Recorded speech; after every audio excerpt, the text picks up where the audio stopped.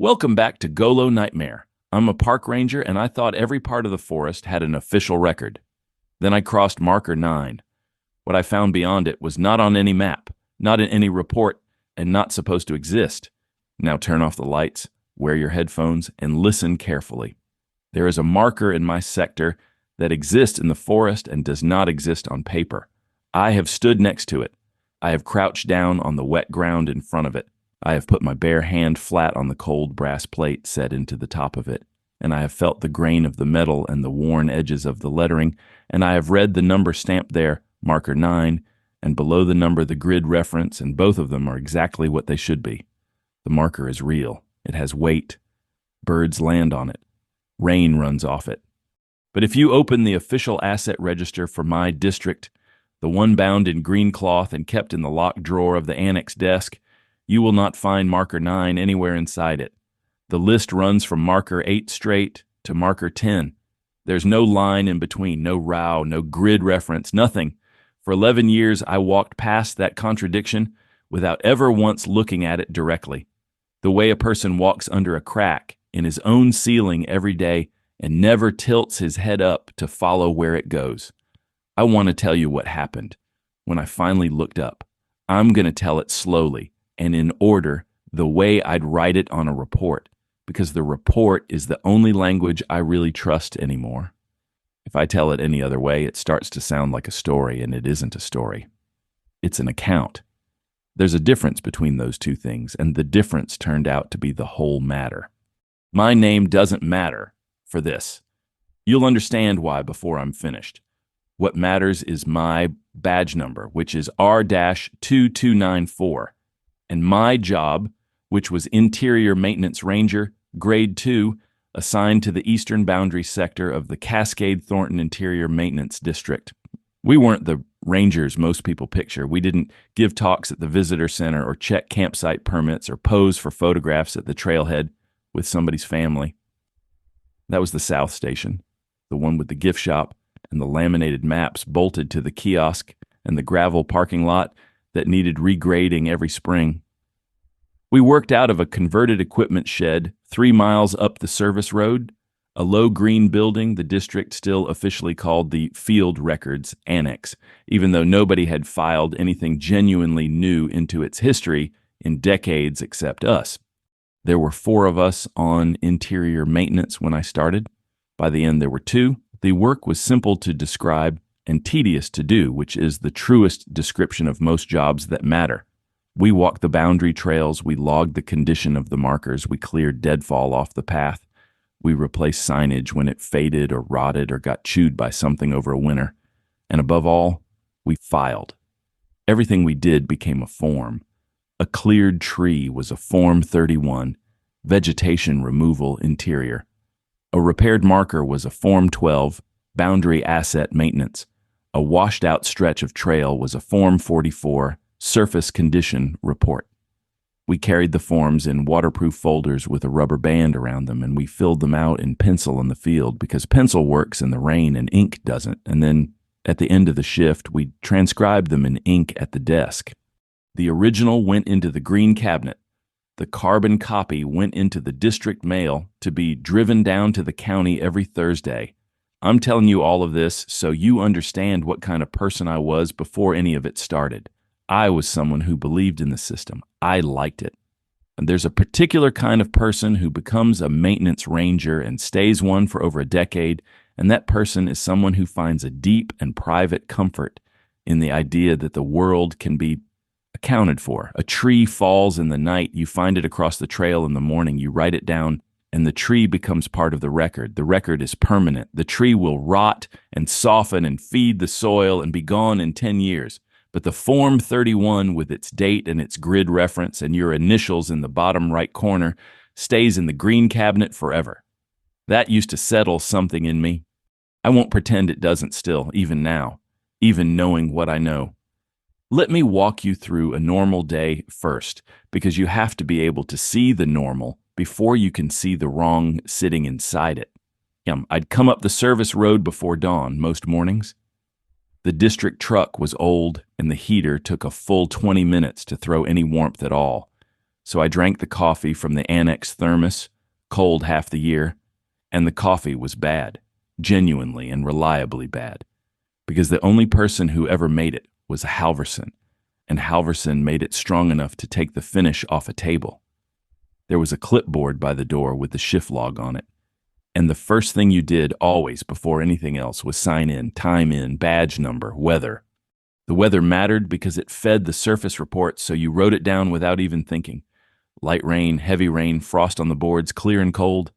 Then you took your folder of blank forms, you checked the radio against the south station, you waited for them to read you back, and you went out into it.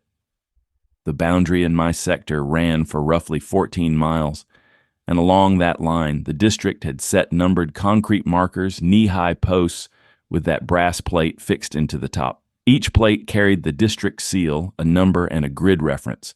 The markers were old, older than the annex itself, poured sometime in the late 40s when the interior boundaries were first surveyed, and the whole district was new and certain of itself. There were 31 of them in my sector, and I knew every single one of them the way you know the faces around a table you've sat at your whole life. I knew which ones leaned, I knew which ones had a hairline crack running down the concrete from the freeze and thaw. I knew Marker 17 grew a wasp nest under its plate every July without fail, and that I'd learned to approach it slow and from downwind. I knew Marker 23 was sinking into a patch of soft ground a few inches a year, and would one day have to be dug out and reset in a proper footing. I'd filed the recommendation to reset it 3 separate times. 3 times it came back, stamped deferred, with no note, no clerk's initials, nothing, just the word slapped across the top of my carbon in faded red ink. A boundary pass was a full day's work if you did it honestly. You walked it slowly, you stopped at each marker, and you looked at the concrete and the plate and the ground around the footing, and if there was anything to note, you noted it. Between the markers, you watched the trail surface for washout and erosion and root heave, and you watched the tree line for any deadfall leaning over the path that might come down in the next storm, and you cleared what you could clear with a handsaw and flagged what you couldn't with a strip of orange ribbon for the crew. By midday, your boots were soaked through no matter what they cost, because that is simply what the forest does to boots, and you ate whatever you'd packed sitting on a dry log with your back to the wind, and then you walked the rest of it. The radio would crackle now and then with the south station running its checks, the usual nothing, and you'd key back the usual nothing in return. And the silence in between was a particular kind of silence that people who've never worked alone in deep woods don't quite believe in until they've stood in it. It isn't empty. It's full of small sounds that add up to a quiet so total it has a pressure to it, So, the markers were numbered 1 through 31, 31 markers counted on my own 2 feet year after year, but the register listed 30. I want to be very careful here because if I tell this part wrong, it sounds like I'm building towards something. And I wasn't, not then, because at the time it wasn't anything. It was a clerical thing, the kind of small wrongness you notice and forget 100 times before you ever actually stop and put your finger on it. The register was a bound ledger that we called the Master Asset Index. It lived in the locked drawer of the annex desk, and it listed every district asset in the sector by category, every culvert and signboard and bench and bridge plank and marker. Under the heading Boundary Markers Interior, there were 30 entries, marker 1 through marker 8. Then marker 10 through marker 31. No marker 9? The eye just slid over the gap. There wasn't even a blank line left for it.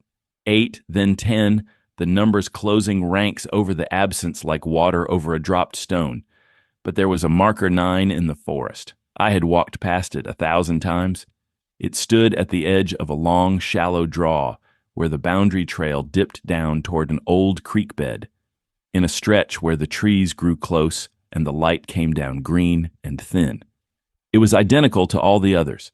Same concrete, weathered the same way. Same brass plate. Same seal, worn soft at the edges. The plate read marker 9 and gave its grid reference clear as anything. It was real.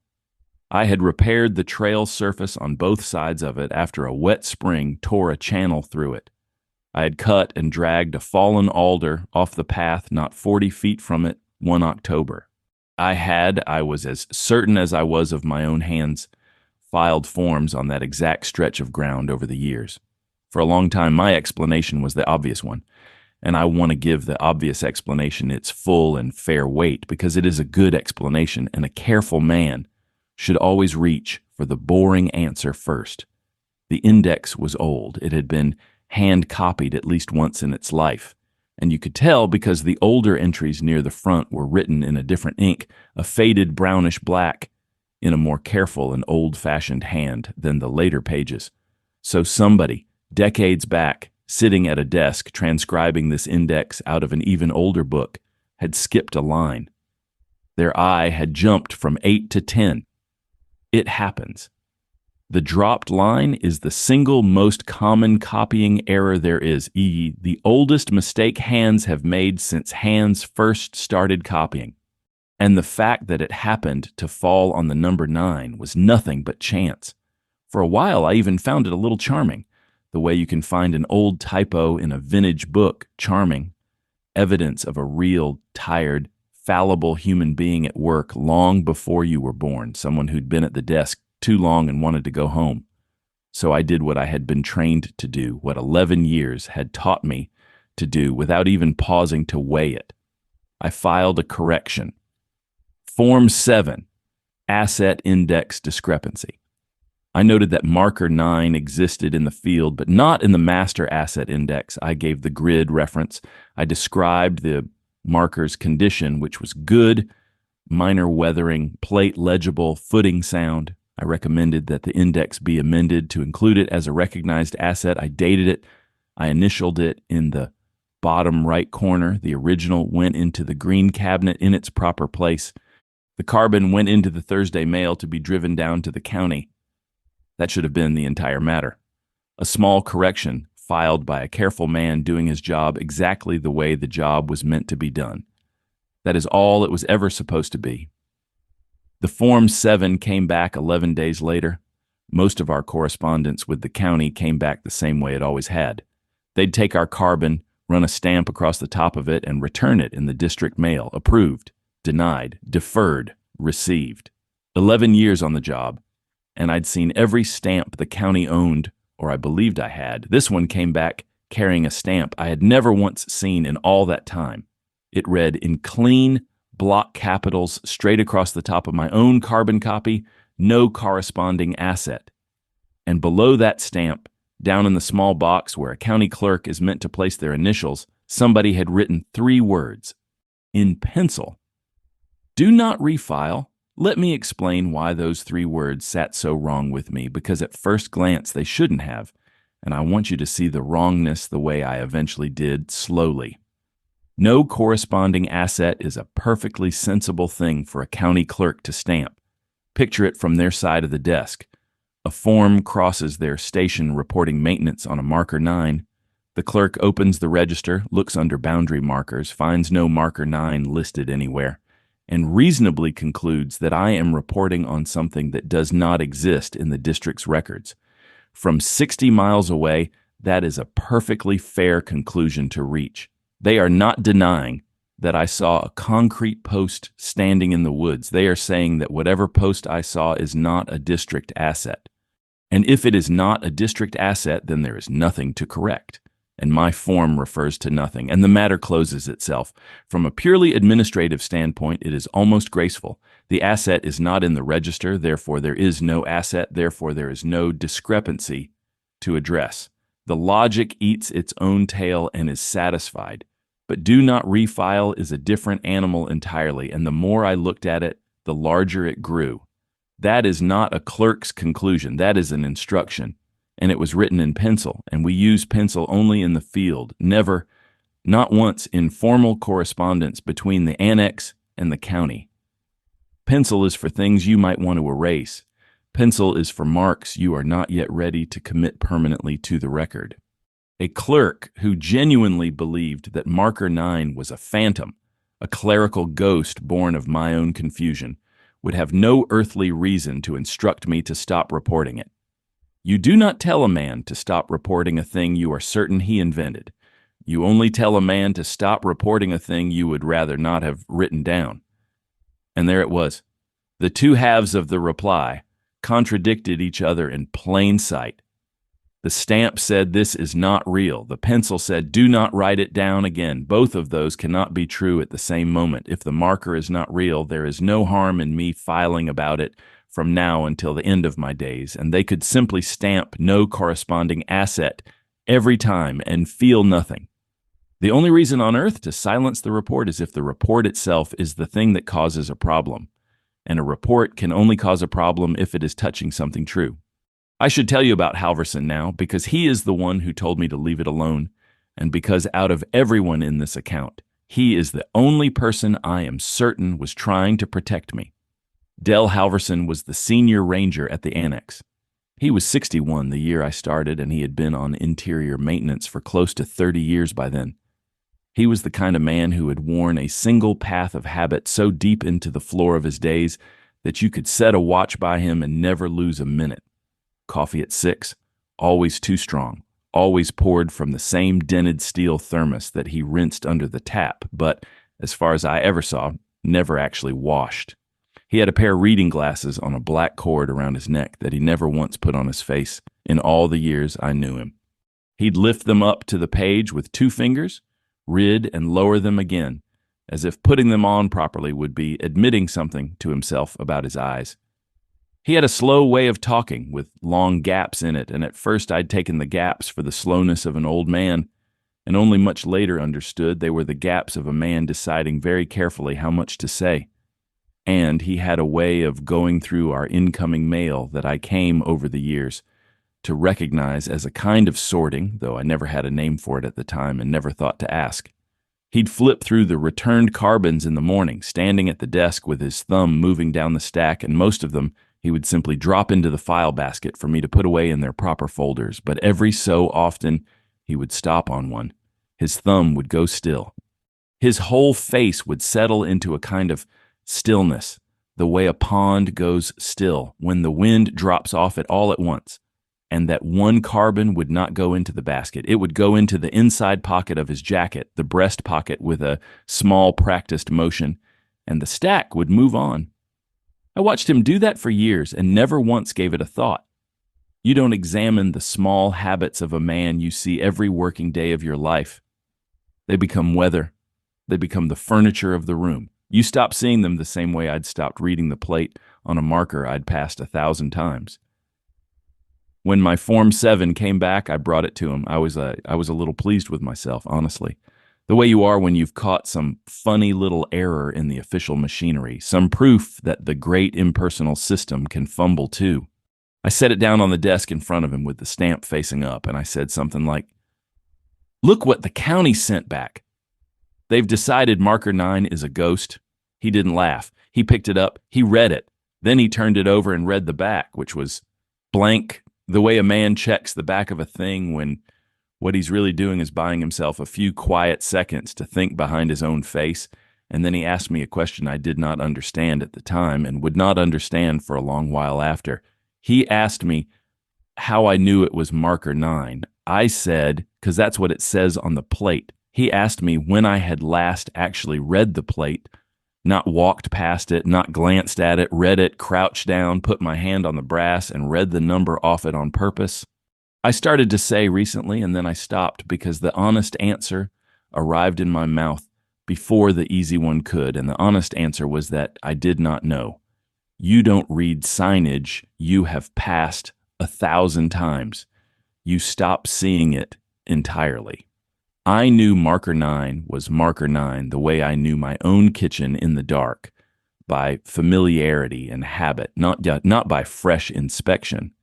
I genuinely couldn't remember the last time I had crouched in front of it and looked at the number with my eyes the way you'd look at something you were seeing for the first time. I told him I'd check it on my next pass, and I said it lightly, like it cost me nothing, like he was just being precise the way old rangers get precise about small things near the end of a long career. He nodded.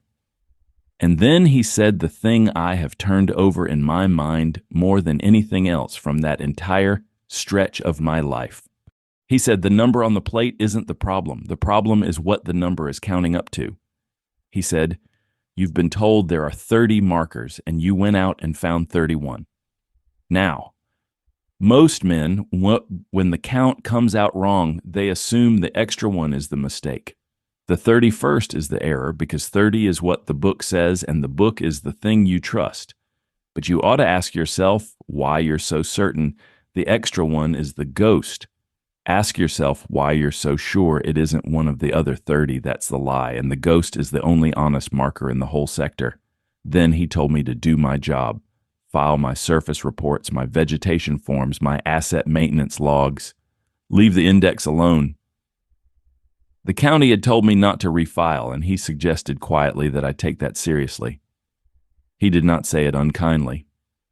There was nothing cold in it. He said it flatly, the way you tell a man where the thin ice is on a pond you've crossed your whole life and he's only just arrived at. A man stating a plain fact about where the danger lived so that the other man wouldn't have to learn it the hard way. I did not leave it alone. Of course I did not. I don't believe you would have either. My next boundary pass was 3 days later. The shift log says light rain, and that's what I remember, the kind of rain that doesn't so much fall as hang suspended in the air and soak into you sideways over the course of hours, without ever seeming to start. I walked the trail the way I always walked it, north to south, stopping at each marker, logging conditions as I went. The radio gave me the South Station's morning check-in, and I gave it back, and then it went to the usual silence. When I came down into the draw, into that green and narrow stretch where the light goes thin, I stopped at marker 9. I crouched. I put my hand flat on the wet brass plate, felt the cold of it come up into my palm, and I read it. It said marker 9.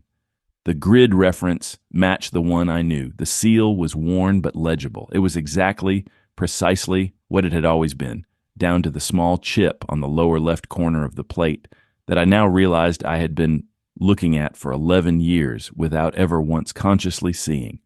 But that day, I did something I had never done before in 11 years of walking that ground. I walked past it. The boundary trail, as I had always understood it, as every working map in the annex showed it, ended a few hundred yards beyond marker 9. It petered out at the old creek bed, where the district's interest in maintenance simply stopped, the way a county road stops at a property line.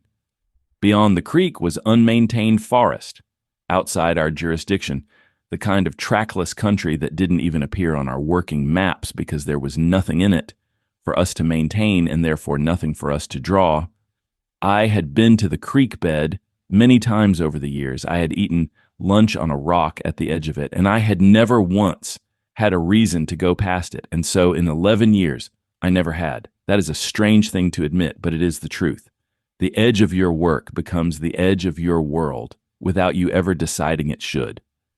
That day I went past it. I told myself a story to make it permissible. I told myself I was only checking whether there might be a marker 10 down there too, some second unindexed asset that would tidy the whole thing up, that would explain the discrepancy as a stretch of trail the original survey had laid out and numbered, but the district had simply never formally adopted into the record. That was a reasonable story. It was even a plausible story. I held on to it for exactly as long as the forest would let me. The trail did not end at the creek bed. It crossed it. I had walked to that creek dozens of times across the years. I would have sworn to you under oath, with my hand on anything you cared to put in front of me, that the trail ended at the water's edge and that beyond it lay nothing but trackless brush and standing timber. But I was standing in it now, looking with the rain hanging in the air round me, and the trail plainly continued on the far bank. Not overgrown, not faint, not some game path I was kidding myself into seeing. Maintained, the deadfall had been cut and cleared off it. The surface was even and firm and graded the way we graded ours, and tied to a low branch at the far side, faded almost to white but unmistakable to anyone who'd handled a roll of it, was a strip of orange maintenance ribbon, the exact ribbon we used to flag work in progress for the crew. Somebody had been doing my job. The precise work I did in the precise way I did it on a trail that, as far as my district was concerned, did not exist, on the far side of a marker that, as far as the county was concerned, did not exist either. I crossed the creek. I want to be honest with you that I was not frightened yet. Not really. I was a maintenance ranger standing in front of a well-maintained trail, and the strongest thing in me at that moment was a kind of dull professional irritation. The sense that there was an entire section of my own sector that nobody had ever told me about, that somebody else was out here working it behind my back, on my ground, with my ribbon, that there was a piece of the record I had been deliberately kept on the outside of. It felt, of all things, like office politics. It felt like a budget line somebody upstairs had been quietly running without looping me in. I keyed the radio to report that I was leaving my assigned section. Plain procedure, the thing you do so that if you go down a ravine, somebody knows roughly where to start looking for you. I got nothing back. Not static, not a busy tone, a flat, complete, dimensionless, nothing. The exact sound the radio makes when you've forgotten to switch it on, except it was switched on and I checked it twice and it was on. The trail beyond marker 9 ran for about 1.5 miles, and it had markers of its own. They were identical to ours, the same concrete, weathered the same way by the same weather, the same brass plates, the same district seal pressed into the metal, worn soft at the same edges, and they were numbered, and the numbers picked up the sequence exactly where mine had left off. The first one I came to, maybe 400 yards past the creek, read Marker 32. I stood in front of it a long time. My sector held 31 markers, counting the disputed one I'd just crossed. The index listed 30. And here, past the boundary on a trail my district swore on paper it did not maintain, stood marker 32, in good repair, footing sound, carrying the seal of the very same district that had stamped no corresponding asset across the one marker that connected its world to this one. I logged them. I don't fully understand why, except that logging things is the deepest part of who I am, deeper than fear, deeper than sense. And some part of me that still did not grasp what was happening went on believing that if I wrote it down, it would become accountable, it would become real in the way I had always trusted things to become real. I took the folder out from under my coat, and on the back of a blank Form 44, I wrote down the grid references as I passed the markers, marker 32, marker 33, marker 34. And here is the thing that finally turned my irritation into something colder. The grid references were wrong, not random, not garbage. They were orderly and consistent, and they counted along just as they should have. But the coordinates they gave placed me in ground that by every map I had ever carried in 11 years lay 60 miles north of where my own 2 feet were standing. Ground I knew, ground I had no doubt about, ground that was the bottom of a reservoir. The markers were counting up honestly in the world and lying smoothly on the paper at the same time, and I stood there in the hanging rain and realized I no longer knew which of the two I was supposed to believe, the world under my boots or the record in my hand. I got as far as marker 38, and then the trail bent around a stand of old cedar, the bark hanging off them in long gray ribbons, and I came to a building, and the building turned me around and started me home. It was a station, a ranger station. Old. The same construction as our annex, the same low green walls and the same shallow-pitched roof, though the green paint had faded almost all the way to gray and was peeling at the corners. There was a number plate fixed beside the door, the way there is beside ours. Ours reads Field Records, Annex 2. I had read it 10,000 times without reading it. This one read Field Records, Annex 3. I had worked for that district for 11 years. There was no Annex 3. There was the South Station, and there was our annex, which was Annex 2, and that was the entire physical estate of interior maintenance. And in 11 years, it had never once occurred to me to wonder why ours was called Annex 2. I had never asked what or where Annex 1 had been. Never wondered why the count started at 2, the same way you never questioned the number on the building where you go to work every morning. It's just its name. It's just the word on the door, worn into the same invisibility as everything else you see too often. The door was unlocked. I told myself I was only going to look inside, the way I'd told myself I was only checking for a marker 10. I went in. Inside, it was our annex. I do not mean that it resembled our annex, or that it was built to the same plan, or that it gave the impression of our annex. I mean it was the same room, the same layout, down to the angle of the desk to the window, the same green cabinets, ranged along the same wall in the same order, the same desk, the same locked drawer in the same desk, the same policy manual standing on the same shelf, with its spine cracked in the same place, that exact white crease across the black, the same calendar habit of nails in the wall, and in the left fixture of the ceiling, the same dead fluorescent tube we had been waiting 8 full months for facilities to come and replace, the one that had flickered for a week and then quit entirely, the one I had personally filed a work order on, the work order that had come back, like everything, stamped deferred. There was a thermos on the desk, dented steel. The cap was off, set down neatly beside it. I crossed the room without quite deciding to, and I put 2 fingers against the side of it. It was warm. There was coffee in it, and the coffee was warm, and the small, closed-up room smelled like someone had stood right where I was standing and made it within the last hour. I left. I crossed back over the creek, and I walked the boundary trail north as fast as a man can walk without admitting to himself that he is running. And I didn't stop at marker 9, and I did not crouch to read it, and I did not look at it at all. When I got back to our Annex 2, Halverson was at the desk with his own thermos in front of him and his glasses on their cord. I must have looked the way I felt because he set down his cup, and before I had said one word, he said it for me. He said, "You went past." I told him everything, the crossing, the graded trail and the cut deadfall, the orange ribbon gone almost white on the branch, the markers picking up the count, 32 through 38, the grid references that placed me at the bottom of a reservoir 60 miles north, the cedars, the building, Annex 3, the dead tube in the left fixture, the thermos, the warm coffee. I expected him to be shaken by it. He was not. He listened with that pond stillness in his face and his thumb moving slowly on the side of his cup. And when I had finally run all the way out of words, he was quiet for a long moment. Then he asked me only one thing. He asked whether the dead tube was in the left fixture or the right. I said left. He closed his eyes for a second, just 1 second, then he opened them, got up, unlocked the desk drawer, and took out the master asset index. He set it on the desk and opened it to the boundary markers and turned it around so that it faced me. Marker 1 through 8. Marker 10 through 31. No marker 9. I'd seen the page a dozen times.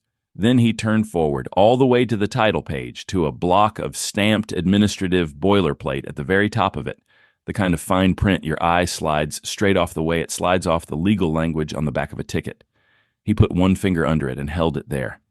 It read, Field Records Annex, and a number. The number was 3. I told him that was wrong. I told him our annex was 2. The plate on our own door 10 feet behind me said 2. I had just read the 3 on the other building with my own eyes not an hour ago. He said, "That's right." He said, "The index on this desk belongs to Annex 3. He said it slowly, in the careful flat voice of a man setting down a weight he has been carrying alone for a very long time and is not sure the floor will hold. He said, "This has always been the Annex 3 index. We have been filing into it the entire time." I told him I didn't understand. I told him twice, the second time almost angrily, because not understanding had started to feel like falling. So he explained it the way he understood it, and he warned me first fairly that he was probably wrong in the details, but right in the shape of the thing.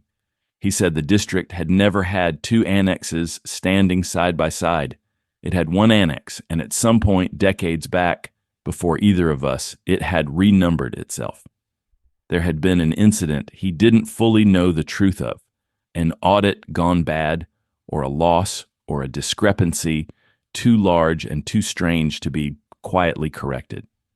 And rather than correct the record, the district had done the thing that every institution does.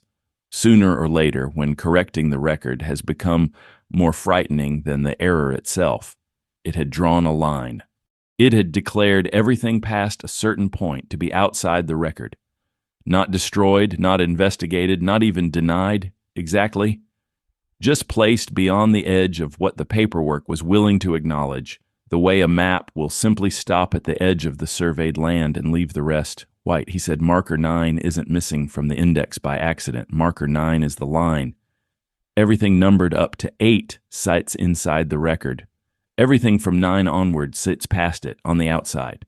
And the index was simply written to begin counting over again on the far side, as if the far side were the near side, as if Annex 3 were the only annex that had ever stood here.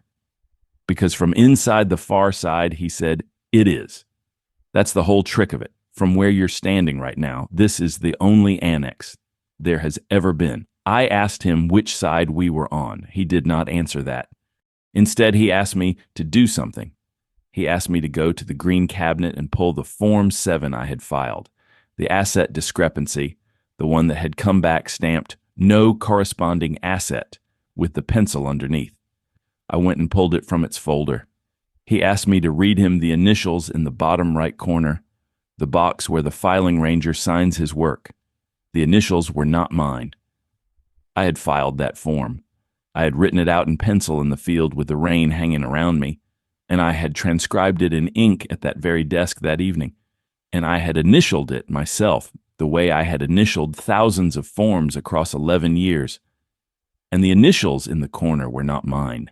They read DH in Halverson's hand, the particular little crossbar he laid across the H sitting low, the way he closed the loop on the D and gave it a small tail. I knew his initials nearly as well as I knew my own because I had filed beside the man for 11 years. They were his. There was no question in it. I looked up at him. He was already nodding, slowly the nod of a man having something confirmed that he had been dreading for years and had perhaps half hoped he was wrong about. He told me he had never seen that form before in his life. He told me plainly that he had not filed it, had not written those initials, had never held that piece of paper. And then he asked me to do one more thing, and his voice when he asked it was the most careful I ever heard the man speak. He asked me to open the index to the last page, to the personnel column, where the district listed the rangers assigned to the sector by badge number. There had been 4 of us on interior maintenance when I started, 2 by the end. The list on that last page held 3 entries. Halverson's number, the 2 men who had transferred out years before, and R-2294, my number in my own row. Beside my number, there was a date. It sat in a column I had genuinely never had a reason to read in 11 years, the far right column, the one for men who'd left. The column was headed reassigned, and the date entered beside R-2294 was 8 years before I was hired. I told him at once that there had to be an explanation. I said, badge numbers cycle. A man with my number worked this sector, left it, and the district reissued the number to me decades later when I came on. That's all it is. That's ordinary. That happens in every department in the country. He agreed. He said that was possible. He said it was even likely. And then he said, the thing that undid me more thoroughly than the date ever could have on its own. He said, that's the trouble with this place. There is always a clerical explanation. There is always a dropped line, a reused number, a copied page, a tired hand at the end of a long shift. He said he had spent 30 years finding the clerical explanation for every single thing past marker 9, and every one of those explanations had turned out to be true, and not a single one of them had ever once made him feel any better, because the explanation only ever explained the document, and the document just went on, calmly describing a world that he was no longer entirely sure he was standing in. Then he did the thing I had watched him do for years, without ever once understanding it. He took up the Form 7, the one with his initials that he swore he had never signed, and he slid it into the inside pocket of his jacket, the breast pocket. the small, practiced motion, the stack moving on. And I finally understood what the inside pocket was. It was the place he put the documents he was taking out of the record, the ones he was protecting me from. For years, every morning, going through the returned mail with his thumb moving down the stack, he had been quietly pulling out the carbons that named me, the ones that referenced the far side, the ones that described things the index had no business being able to describe. He had been carrying them out of the building one at a time in his coat and disposing of them somewhere I never saw. He had been holding me on the near side of the line by hand, one document at a time, for years, and he had never said a single word about it to me because the saying of it would itself have been a kind of crossing, a way of dragging me to the edge so I could look over. He told me to transfer out. He said there was a Form 19 voluntary reassignment request in the gray cabinet by the window, and that I should fill it out that very night, put it in the Thursday mail, and tell no one, not the South Station, not anyone. Keep filing my ordinary forms in the meantime, he said. Keep my head down. Keep the routine exactly as it had always been, and never, under any circumstances, for any reason, go past marker 9 again. He said he had done the same for the 2 men who left before me. He said the whole trick of getting out was to file while you were still in a column that had a start date next to your number, and not only a reassignment date. He said it as if it had worked for them. I have wanted, more than I can tell you, to believe it worked for them. I have needed to believe something. I filled out the Form 19 that night, alone in the annex with the one good ceiling light and the dead one. I did it in ink, slowly, carefully, the way you do a thing your whole future depends on. Badge number R-2294, reason for request, personal, effective date, soonest available. And I initialed it in the corner, and then I held the page up under the desk lamp, and I read my own initials twice over just to be entirely certain they were mine. They were. I knew the shapes of them in my own hand. I had been making those exact shapes my whole life, on schoolwork, on checks, on 11 years of forms. I followed the procedure to the letter because the procedure was the only handrail I had left to hold. Original to the green cabinet in its proper place. Carbon to the Thursday mail. Then I drove home down the dark service road, and I did not sleep. And I came back the next morning and I worked my ordinary forms. Form 31, Form 44, Form 12, vegetation, surface, asset maintenance. I did not go past marker 9. I did not even crouch to read it. I just worked the near side, and I waited, and I watched the calendar the way a man watches a wound to see whether it is closing or not. The Form 19 came back 9 days later in the district mail. I knew Halverson's sorting habit by then, knew it for what it was, so I made certain I got to the mail before he did that morning. I stood at the desk and went down the stack of returned carbons with my own thumb until I found mine, and I read the stamp across the top of it. It read, "Returned to originating annex." And below the stamp, down in the box where the county clerk places their initials, someone had written a note. Not in pencil this time, in ink. And the handwriting in that box was mine. The initials at the end of it were mine, the same shapes I had been making my whole life, the same shapes I had checked twice under the lamp 9 nights before. The note read, "Filed in error. No such employee at Annex 2. I want to be precise about why I am telling this to you, a stranger, and not to anyone at the district." I did go looking for Halverson that morning, with the returned form still in my hand. The annex was empty. The thermos was gone from the desk.